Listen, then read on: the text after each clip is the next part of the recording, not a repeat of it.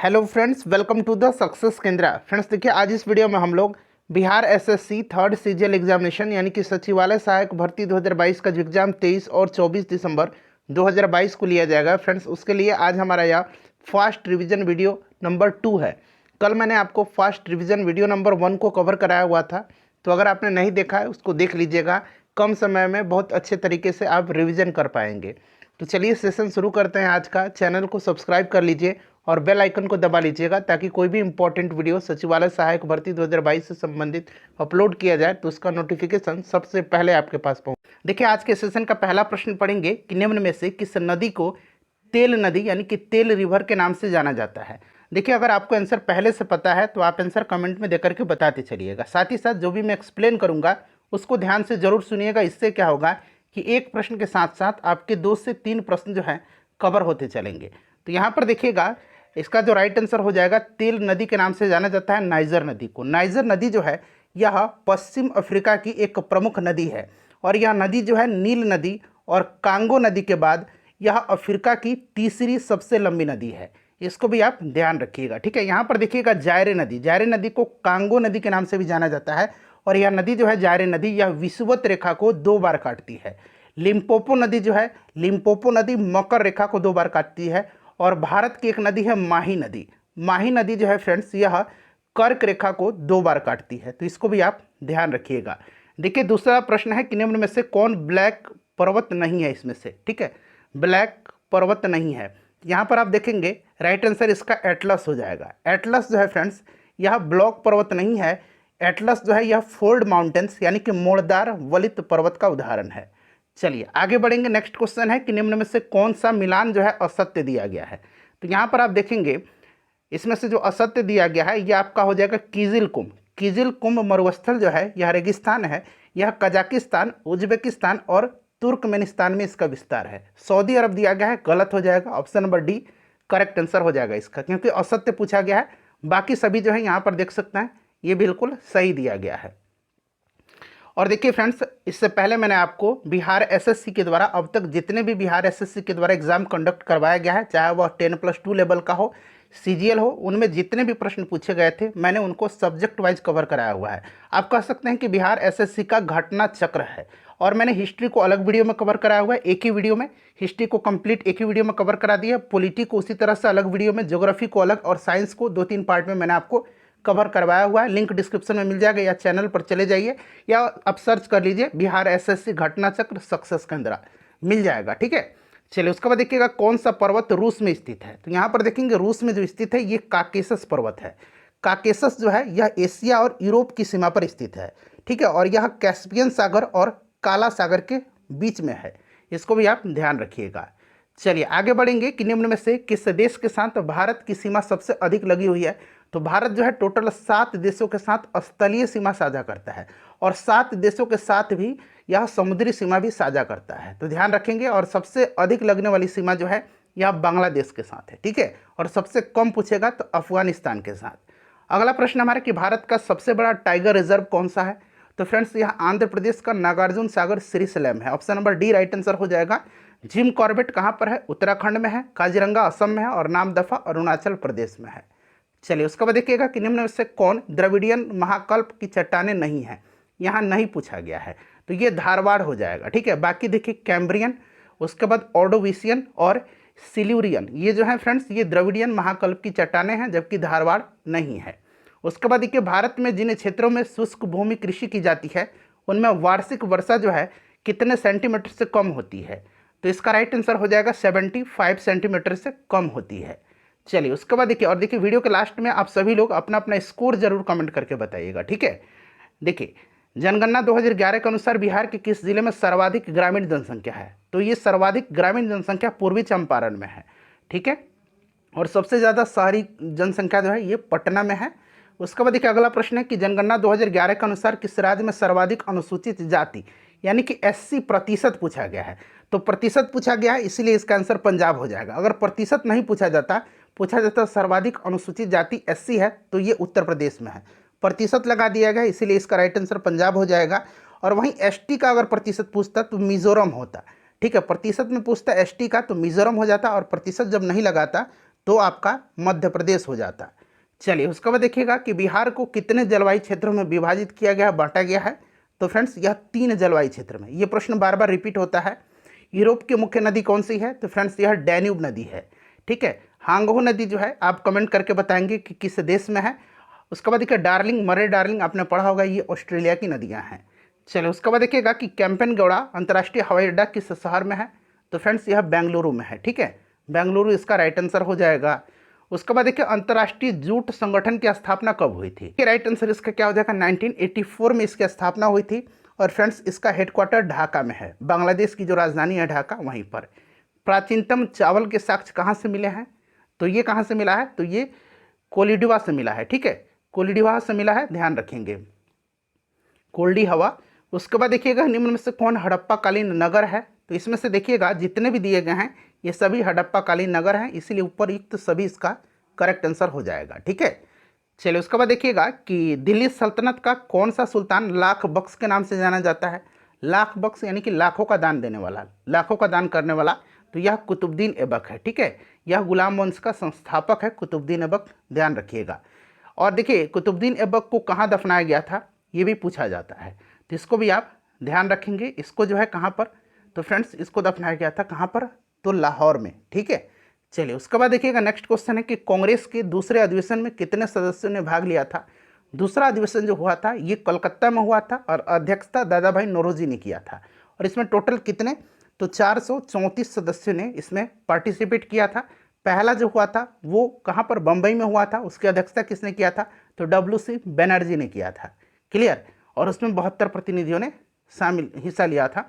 चलिए उसके बाद देखिएगा चटगांव शस्त्रागार छापामारी की योजना निम्नलिखित में से किसके द्वारा बनाई गई थी?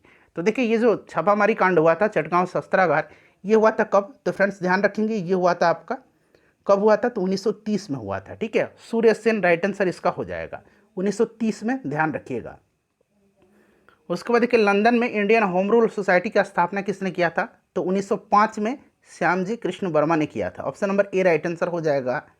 अगला प्रश्न है कि 1909 के इंडियन काउंसिल एक्ट में किस बात की व्यवस्था की गई थी? 1909 मार्लेमेंटो सुधार अधिनियम, इसमें सांप्रदायिक प्रतिनिधित्व। ऑप्शन नंबर बी इसका राइट आंसर हो जाएगा। उसके बाद देखिए इंडियन ओपिनियन नामक अखबार किस भाषा में प्रकाशित होता था? अच्छा, इसकी शुरुआत महात्मा गांधी जी ने किया था और यह गुजराती, हिंदी और अंग्रेजी उपयुक्त सभी इसका राइट आंसर हो जाएगा। नेक्स्ट क्वेश्चन है कि 1936 में अखिल भारतीय किसान सभा का प्रथम अध्यक्ष किसे चुना गया था? तो बहुत ही आसान क्वेश्चन है, स्वामी सहजानंद सरस्वती इसका राइट आंसर हो जाएगा। उसके बाद देखिए असहयोग आंदोलन कब स्टार्ट हुआ था? तो यह 1 अगस्त 1920 को शुरू हुआ था। उसके बाद देखिए समावेशी समृद्धि के लिए आवश्यक है, तो इसका राइट आंसर क्या हो जाएगा बताइए? देखिए इसका जो करेक्ट आंसर हो जाएगा वो आपका उपयुक्त सभी हो जाएगा। ठीक है, अधोसंरचनात्मक सुविधाओं का विकास, कृषि का पुनरुद्धार, शिक्षा एवं स्वास्थ्य जैसे सामाजिक सेवाओं की अधिकाधिक उपलब्धता, उपयुक्त सभी इसका करेक्ट आंसर हो जाएगा। निम्नलिखित में से कौन सा राजकोषीय संकेतक नहीं है? नहीं पूछा गया है, तो इसका करेक्ट आंसर क्या हो जाएगा? करेक्ट आंसर इसका हो जाएगा चालू खाते का घाटा। अगला प्रश्न है कि भारत में गरीबी रेखा मापन किस आधार पर किया जाता है? तो यह किया जाता है घरेलू उपभोग पर। ठीक है, उसके बाद देखिए किस अनुच्छेद के अंतर्गत वित्त आयोग के गठन का प्रावधान किया गया है? अच्छा, अभी वर्तमान में 15वां वित्त आयोग चल रहा है, NK सिंह इसके अध्यक्ष हैं। पहले वित्त आयोग के अध्यक्ष KC नियोगी थे, ये भी आप ध्यान रखिएगा। राइट आंसर इसका 280 हो जाएगा। ठीक है, अनुच्छेद 280 के तहत वित्त आयोग का गठन राष्ट्रपति के द्वारा किया जाता है। एक तत्व में, एक एलिमेंट में इलेक्ट्रॉन और न्यूट्रॉन की संख्या दिया गया क्रमशः 18 और 20, इस तत्व का द्रव्यमान संख्या। तो आप इन दोनों को जोड़ दीजिएगा, number of electron, number of neutron, तो 18 और प्लस 20 38 इसका करेक्ट आंसर हो जाएगा। भारतीय रिजर्व बैंक के बारे में पूछा गया कि कौन सा कथन सत्य है? तो यहाँ पर देखिएगा रिजर्व बैंक की स्थापना कब हुई थी? तो 1 अप्रैल 1935 को। राष्ट्रीयकरण कब किया गया था? तो 1 जनवरी 1949 को, ध्यान रखेंगे। ठीक है, वर्तमान में शक्तिकांत दास कौन है? गवर्नर हैं RBI के। और इसमें से जितना भी दिया गया है सभी के सभी कथन जो है सत्य दिया गया। एक बार आप इन सभी को पढ़ लीजिए। ठीक है, चलिए उसके बाद देखिएगा कि समुद्र में डूबी हुई वस्तुओं की स्थिति जानने के लिए निम्न में से किस यंत्र का प्रयोग किया जाता है? बहुत ही सिंपल क्वेश्चन है, सोनार इसका राइट आंसर हो जाएगा। उसके बाद देखिए निम्नलिखित में से कौन सुमेलित नहीं है? तो यहाँ पर देखेंगे आप सिरका में एसिटिक एसिड पाया जाता है, इमली में टार्टरिक एसिड, टमाटर में ऑक्जेलिक एसिड। संतरा और नींबू में जो है जो खट्टे फल होते हैं इनमें सिट्रिक एसिड पाया जाता है, सिट्रिक एसिड। ठीक है, तो ये वाला जो है गलत दिया गया है, तो ऑप्शन नंबर गलत ही पूछा गया है, बी हो जाएगा। उसके बाद देखिएगा कि मृग मरीचिका का कारण क्या है, तो ये प्रकाश के पूर्ण आंतरिक परावर्तन के कारण बनता है, तो राइट आंसर पूर्ण आंतरिक परावर्तन हो जाएगा। उसके बाद देखिए कौन सी घटना प्रकाश संश्लेषण में नहीं होती है, इसमें से कौन सी घटना जो है ये प्रकाश संश्लेषण में नहीं होती है, तो कार्बन का कार्बन डाइऑक्साइड में ऑक्सीकरण नहीं होता है, ये वाला जो है राइट आंसर हो जाएगा इसका। पॉलीकॉट का मिश्रण है, तो देखिए पॉली और कॉट, पॉली से पॉलिस्टर और कॉट से कॉटन, तो पॉलिस्टर और कॉटन कपास का, option number A right answer हो जाएगा। उसके बाद देखिए निम्नलिखित ईंधनों में से सर्वाधिक ऊष्मीयमान किसका होता है, इनमें से पूछा गया है, तो ये आपका एलपीजी का हो जाएगा, लिक्विफाइड पेट्रोलियम गैस का। उसके बाद देखिए परमाणु नाभिक क्या है, नाभिक पूछा गया, तो नाभिक में क्या होता है, प्रोटॉन और न्यूट्रॉन होता है। ब्रह्मांड में सर्वाधिक पाया जाने वाला तत्व कौन सा है, तो ये आपका कौन सा हो जाएगा, इसमें से हाइड्रोजन हो जाएगा। नेक्स्ट क्वेश्चन है कि गोताखोरों के द्वारा जो है समुद्र में सांस लेने के लिए ऑक्सीजन के साथ किस गैस को मिश्रित किया जाता है, तो यह गैस जो है कौन सी है, यह हीलियम गैस है। ये क्वेश्चन रिपीटेड है, कई बार एग्जाम में पूछा भी गया है बिहार में। उसके बाद देखिए बुलेट प्रूफ पदार्थ बनाने के लिए निम्नलिखित में से कौन सा बहुलक प्रयुक्त होता है, तो बुलेट प्रूफ बनाने के लिए जो है इसका आंसर मैं चाहता हूं कि आप कमेंट करके बताइए, ये भी कई बार पूछा गया है। ठीक है, देखिए मानव शरीर की सबसे बड़ी ग्रंथि कौन सी है, तो लीवर है, यकृत है, तो ऑप्शन नंबर इसका ए राइट आंसर हो जाएगा। देखिए अमीनो अम्ल बहुलक होता है, तो अमीनो अम्ल जो है यह बहुलक किसका है, तो राइट आंसर इसका क्या हो जाएगा, प्रोटीन का। किसका, तो प्रोटीन इसका करेक्ट आंसर हो जाएगा। उसके बाद देखिए भोजन का सर्वाधिक अवशोषण कहाँ पर होता है, तो छोटी आंत में होता है, छोटी आंत का जो एक भाग है इलियम, इसी में होता है। चलिए उसके बाद देखिएगा कि पराश्रव्य ध्वनि का उपयोग किस में किया जाता है। अच्छा, पराश्रव्य ध्वनि तरंग जो है 20,000 हर्ट्ज कह लीजिए, ठीक है, या 20 किलो हर्ट्ज, एक ही बात है, आप 20,000 हर्ट्ज कहिए या 20 किलो हर्ट्ज कहिए, इससे ज़्यादा की आवृत्ति वाली जो ध्वनि तरंग है इसी को पराश्रव्य ध्वनि कहा जाता है। और इसका उपयोग किया जाता है समुद्र की गहराई का पता लगाने, घड़ियों को पुर्जों को साफ करने में और संकेत भेजने में, तो उपयुक्त सभी इसका राइट आंसर हो जाएगा। उसके बाद देखिए मस्तिष्क का कौन सा भाग सोचने का कार्य करता है, तो यह अगर मस्तिष्क है, सबसे विकसित हिस्सा होता है यह मस्तिष्क का। लार किसके पाचन में मदद करती है, तो आपको पता है लार स्टार्च के पाचन में सहायक होता है। ठीक है, उसके बाद देखिएगा कि इंसुलिन निम्नलिखित में से कौन सी धातु इंसुलिन में मौजूद होती है, तो ये जिंक होता है, जस्ता होता है, ऑप्शन नंबर सी इसका राइट आंसर हो जाएगा। उसके बाद देखिए परखनली शिशु के मामले में, तो परखनली शिशु में जो होता है ना, इसमें निषेचन इसका माता जो होती हैं उनके शरीर के बाहर होता है। ठीक है, थैलेसीमिया एक अनुवांशिक रोग है, इसमें प्रभावित होता है, तो इसमें ब्लड होता है, रक्त होता है, option number A right answer इसका हो जाएगा। उसके बाद देखिए वन्य जीव संरक्षण अधिनियम कब लागू हुआ था, तो ये 1972 9 सितंबर के दिन। निम्नलिखित में से कौन नवीकरणीय ऊर्जा संसाधन नहीं है, नवीकरणीय, ठीक है, तो ये आपका तापीय ऊर्जा हो जाएगा।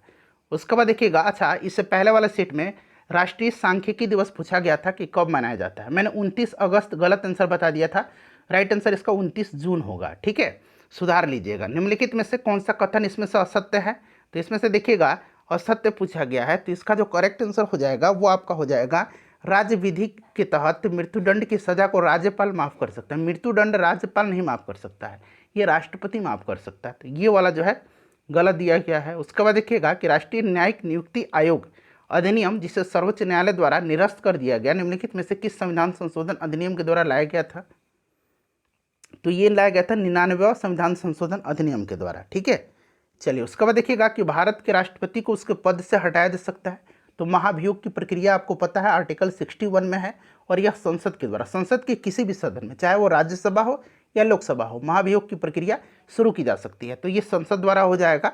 उसके बाद देखिए निम्नलिखित में से किस अनुच्छेद के अंतर्गत नागालैंड राज्य का विशेष प्रावधान किया गया है, तो नागालैंड पूछा गया है, तो 371 ए, 371 बी में कौन सा है, तो असम है, 371 सी में मणिपुर, और 371 डी में जो है आंध्र प्रदेश है। उसके बाद देखिएगा कि राज्यसभा के सदस्य का कार्यकाल कितने वर्ष का होता है, तो राज्यसभा 6 वर्ष होता है सदस्यों का कार्यकाल, और लोकसभा में 5 वर्ष होता है। सूचना अधिकार अधिनियम जो है कब लागू हुआ था, तो फ्रेंड्स यह 12 अक्टूबर 2005 से। चलिए उसके बाद देखिएगा कि देश के किसी भी न्यायालय में चल रहे वाद को अन्यत्र भेजने का अधिकार किसके पास है, तो यह अधिकार जो है यह सुप्रीम कोर्ट के पास है, सर्वोच्च न्यायालय के पास है। उसके बाद देखिएगा कि नीति आयोग के विषय में निम्नलिखित में से कौन सा एक सही नहीं है। अच्छा, सबसे पहले नीति आयोग के बारे में जान लीजिए। इसके अध्यक्ष प्रधानमंत्री होते हैं। उपाध्यक्ष वर्तमान में कौन है? तो उपाध्यक्ष जो है इसके नाम रखेंगे सुमन बेरी, याद रखेंगे सुमन बेरी उपाध्यक्ष हैं, ठीक है। और सीईओ जो है चीफ एग्जीक्यूटिव ऑफिसर, ये कौन है? तो ये कौन है फ्रेंड्स? परमेश्वरन अय्यर हैं। क्लियर। चलिए अभी एक एक करके पढ़ेंगे। इसका गठन योजना आयोग के स्थान पर किया गया था, सही है। इसमें एक पूर्णकालिक अध्यक्ष होता है, जी नहीं, क्योंकि प्रधानमंत्री होते हैं इसके अध्यक्ष, इसलिए पूर्णकालिक नहीं होता है। तो ये वाला जो है यहीं गलत दिया गया है, असत्य जो है यही है, सही नहीं है। तो यही वाला आंसर इसका हो जाएगा। इसका गठन 1 जनवरी 2015 को किया गया था, सही है। सहकारी संघवाद के सिद्धांत पर आधारित है, सही है। तो ऑप्शन नंबर इसका बी राइट आंसर हो जाएगा, जो कि सही नहीं दिया गया है।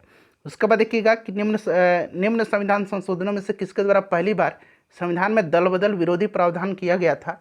तो फ्रेंड्स यह 52वां संविधान संशोधन है, जो कि 1985 में लाया गया था और 10वीं अनुसूची में इसको रखा गया है, इसको भी आप ध्यान रखिएगा। निम्नलिखित में से किस चुनाव में मतदाता उपयुक्त में से कोई नहीं जो नोटा बटन होता है उसका प्रयोग कर सकता है? तो नोटा का उपयोग आप किस में कर सकते हैं? तो लोकसभा में और विधानसभा में कर सकते हैं, ठीक है। तो 1 और 3 इसका राइट आंसर हो जाएगा, 1 और 3 दोनों में।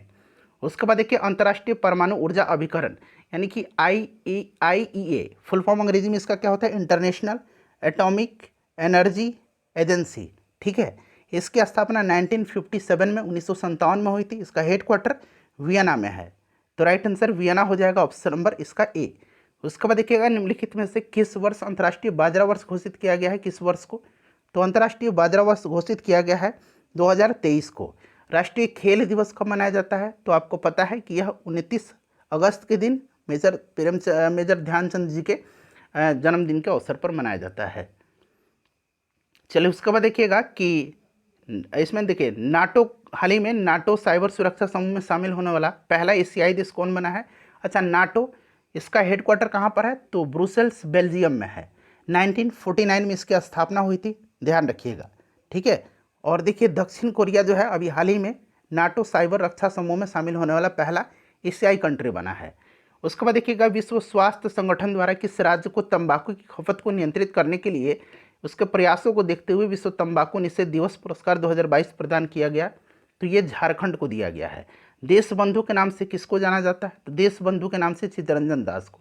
दीन बंधु पूछेगा तो CF एंड्रोज हो जाएगा, दीन बंधु, ठीक है, दीन बंधु। तो ये CF एंड्रोज हो जाएगा। जयप्रकाश नारायण लोकनायक के नाम से इसको जाना जाता है। BC राय पुरस्कार किस क्षेत्र में दिया जाता है? तो यह चिकित्सा के क्षेत्र में। The God of small things के लेखक कौन है? तो अरुंधति रॉय हैं। चलिए उसके बाद देखिएगा और अपना स्कोर अब कमेंट करके बता दीजिएगा, ठीक है। और वीडियो को लाइक कर दीजिए और इसको शेयर कर दीजिएगा। किस लेखिका को अनुवादित हिंदी उपन्यास रेत समाधि के लिए अंतर्राष्ट्रीय बुकर पुरस्कार दिया गया है? तो ये दिया गया गीतांजलि श्री को, ठीक है।